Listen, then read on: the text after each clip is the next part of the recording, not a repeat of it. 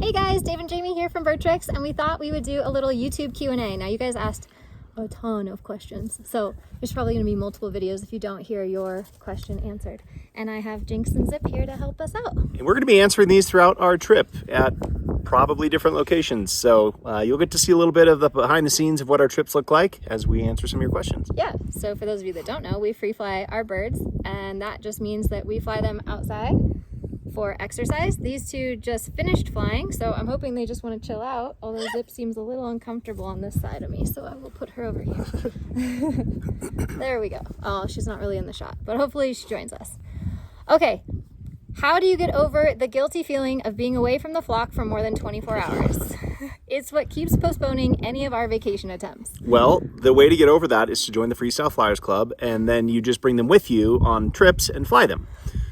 That's so true. We do take a lot of bird trips, but we did just come back from a vacation recently, and I think what helps us is to know that we come back really refreshed when we get to do a trip where, I know for me personally, not having to take care of other living creatures, since that's a majority of what I do, not cleaning bird cages, not doing the daily weights, not portioning out the food, like when I don't have to do all of that, cleaning all the toy parts, it's really refreshing for me to kind of get away and do something completely different. And I come back more excited to do those things, like taking care of the birds all over again. And I definitely miss them, but I think a lot of what helps us is not only understanding that it does refresh you as a person, but also having somebody that you trust that's taking care of them. And I personally love receiving the updates. We have a BirdTricks app now where our caretaker has access and he can enter in the weights. So I'm able to like check on everybody from afar and see how those weights are doing.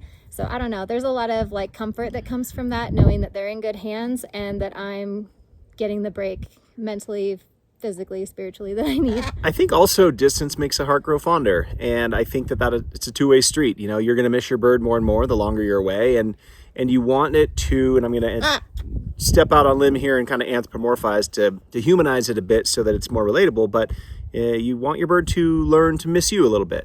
And so when you get back, it can be excited to see you. And oftentimes, if we're doing training every single day, but we take 2 days off, when we come back from those 2 days off, we have breakthrough moments because our birds are, for the lack of better explanation, excited to train. And I know that's not scientifically correct.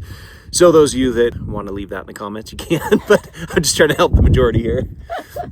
Yeah, we don't need to be too crazy on that. All right, the next question is how many bird bites and what birds did it? Well, every bird bites. I think they're talking specifically like that we've experienced. I know that I have a scar on my thumb in the shape of Bandit's beak. Yeah. Bandit Sargala, he's passed away for quite some time now. I don't remember why he got mad at me, but he was scary. I was bit by Linus, the umbrella cockatoo, and ended up in ER. That was, I think I was like 17 or 18 at that point. So I was pretty young and new and didn't know much. And also the information that many years ago was a lot different than it is now. So yeah. I think now one of the benefits of experience, but also pushing and understanding as much of the science as we can and continuing to challenge our knowledge, whether we think it's been scientifically proven or not, we continue to push and see and learn and grow. And what we've really found is so important, the permission-based concept, like permission-based training, meaning it used to be like, well, if the bird won't step up, push harder. And well, we know now that's a good way to be bitten. So now it's if your bird doesn't want to step up, think about, well, why not? What in the environment could I have changed to make it so my bird wants to step up? What do the antecedents look like? What does everything surrounding the behavior that you want look like so that you're more likely to get the behavior? It could be oftentimes followed up with a treat, but there's so much more to it than that, and we just have a better understanding that we don't get bitten as frequently anymore. But that being said, I do have a chunk that was missing on my arm from Jinx, actually. So this guy. Yeah, I'm trying to think. I did get bit by Jinx pretty hard. It didn't leave a scar, but I remember it was a lot of years ago now. He was with a new caretaker that we hadn't used before, and I had missed him so much, and I was so excited to see him that I just went in for it. I just went in for like a full-on hug make-out session. Jinx was not happy with me being away that trip, and he let me know. So that sucked. I think he bit me on the hand or something, but I cried. My feelings were so hurt. I bawled because I was like so excited to see him, and I had to remember like, hey, blank slate, like I should have gone in asking, and I was not looking for a response. I was just so excited to love on him that Yeah, I was not reading his body language cues at all. And then I think the other one that sticks with me is Bondi. She bit me in the face. Saipan. Yeah. I was like 19. So again, super early on, I made the mistake of letting my mom, who is one of her favorite people and was her very favorite person back then, come backstage before a show, love on her, do all the things, and then I took Bondi from her. Bondi was not happy about it, and I went to kiss her to comfort her, and she bit my lip, and I just gushed. Oh, that sucked. Yeah, I can still remember hearing the sound, looking over, and we had this huge area, like prep station for all the animals, and she was just spitting blood in the sink, and it was like, I had no idea what happened just yet, but it was a lot. So, you know, they all can do it, and the more we learn, the more we can avoid the bite, which is the better approach. The more we learn how to make sure that we're reinforcing the right things. Yeah, those are the ones that stand out for me anyways. All right, what's your favorite species of bird to work with, and what species has been the most difficult to work with? Favorite species and budgies. These are my two complete, like, different species. I think my favorite species to work with was a cockatoo, and my least favorite was a cockatoo. Since when? So I'll be specific. So in general, I love training macaws, but red-tailed black cockatoos, they pose such a challenge to me that's different than what I'm used to with macaws, that I think if I had to pick one or two birds, So you're saying Eclipse was your favorite? Eclipse was amazing. It kind of broke the standard rule of, like, if you show the bird 5 treats in your hand, you owe that bird 5 treats. Well, Eclipse would pick one of the treats, put it down, pick a different one, put it down, and I'd have 5 different treats, and he would go through and pick which one he thought he deserved for that behavior. And it was just really unique. And yeah, the red-tailed black cockatoos are fascinating to me. So I think if I had to pick one bird specifically that was my favorite, man, he's up there. But then also, you know, Bondi, our galah, she's one of my favorites to train and to work with because she has such a high work drive that it's really reinforcing as a trainer to see the progress quickly and to see the results. But she's also the most difficult. So in our show, Parrot Effects, she flies in and hovers over a fan in a blizzard. And so it starts with magic. Those of you who don't know, I'm a full-time magician. Well, part-time now, but we still do like 250 shows a year, so part-time. Depends on your definition of part-time. Dave considers like packed amount of shows in 3 months part-time. Yeah, but anyway, so it starts with magic, and I make a snowstorm in the theater, and then the curtains open, there's a blizzard on stage and 40 miles an hour wind, and Bondi hovers on the fan, like the air of the fan, and that's been something that we've been perfecting over the course of 12 years. There was a spread in the middle, but 12 years ago we couldn't get it consistent, and so the challenge with her of figuring that out and some of the other behaviors she does in the show really are rewarding. So yeah, I if I had to pick specific things, it's cockatoos for both, but in general I love training macaws. I didn't see that one coming. I thought you were gonna say macaws like through and through is your favorite species. That's interesting. Yeah, I would say cockatoos, specifically umbrella cockatoos, I find the most intimidating, the hardest to read. I feel like people as owners and like parrot companions struggle with them the most. Yeah, those are the most difficult for me. It takes a lot of creative training to figure out how to give the bird what it wants and for the bird to communicate that to us. Like, what does it want? Because it seems to change pretty quickly. Yeah, I just find them difficult to read. This next one's going to be deep. Do you ever regret your life choices that have led to a parrot-based business and overall life, or wonder what your life may have looked like instead?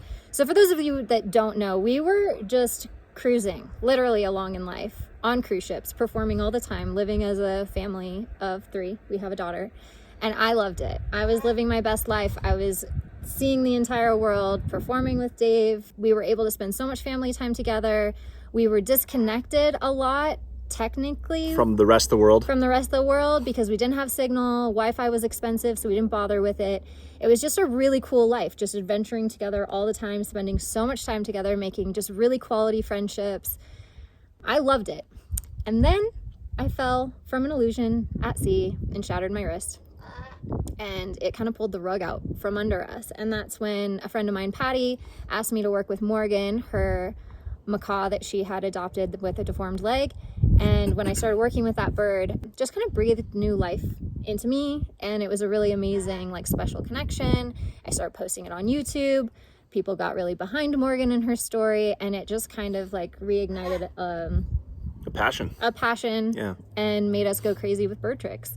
So... And it always started, for me, it was started with the magic shows as like a 4 and 5-year-old. And then eventually by 5th grade, I was performing and making money on it. And then obviously that steamrolled into a full-time career with the magic show.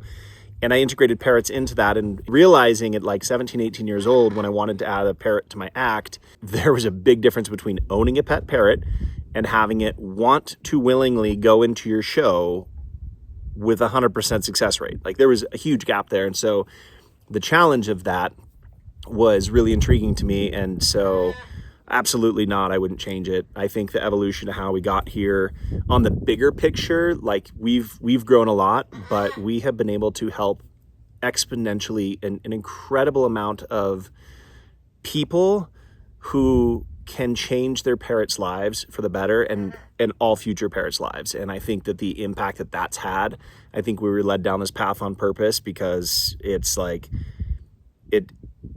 as frustrating as it can be, it always feels like we're doing the right thing. Yeah, for sure.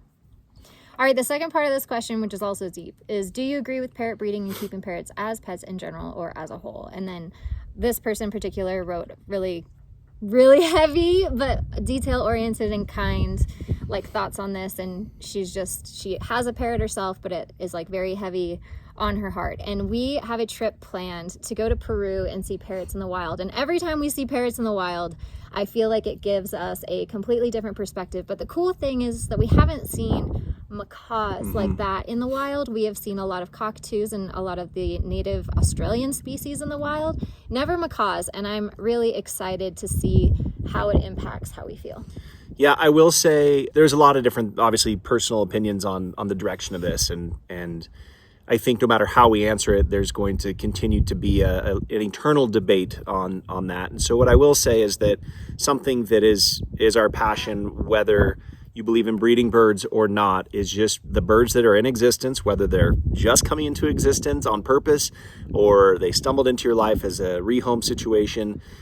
We can help people do better by these birds. And the thing I've realized from being fortunately able to be around and work with so many exotic animals outside of the bird world is that no matter what, people are going to breed the animals, regardless of if it's banned, it's illegal, it's whatever. There's always going to be people that do it, and there's always going to be people that work around it. And so, you know, I think personally I've stopped the internal debate of like, is it better to breed or not breed? And I'm steadfast at like the animals that are here, whether they're new or been here a long time, it's our job to give them the best life possible. And if we take that approach, then everybody's not butting heads about what is right or wrong. We're just all on the same page of like, hey, let's just make it best for these birds. Cool. I think we should end on that one because, oh my gosh, these guys, look how cute they are. They are so cute. You guys are so cute. Oh, you stopped because I brought attention to you. They stopped being cute. I mean, they're still cute, but they were being cute together. So there's that. All right, cool. Well, we are so excited to answer all of your questions. For those of you wondering where to leave your question, it's over in our YouTube community tab. Sometimes we post photos and ask for your questions, but you are welcome to ask a question anytime. And if we spot it, we will throw it into a video and try to answer it for you guys. And secondly, this is our second time using these microphones, and so we wanted to give you the best quality since we are shooting on the iPhone at the moment. If the sound quality is terrible and you hate that we have these, let us know, and we can try to work around it and do something different. But we want to hopefully improve the sound quality despite the wind noise and stuff that we're in. So I'd be curious on your feedback on that if you want to leave that in the comments. Yeah, see you guys in the next video. Okay guys, do you want to wave goodbye to everybody? Oh, at the same time, you guys are so cute. Parrots are the third most popular pet in the entire world, yet the #1 most rehomed. If you're interested in learning how to help us in our mission of saving parrots one person at a time, consider joining us on Patreon, where you will get instant access to chatting with us live each and every month, asking us your unique questions, being part of the creation of our newest products and courses, and much more exclusive perks and content.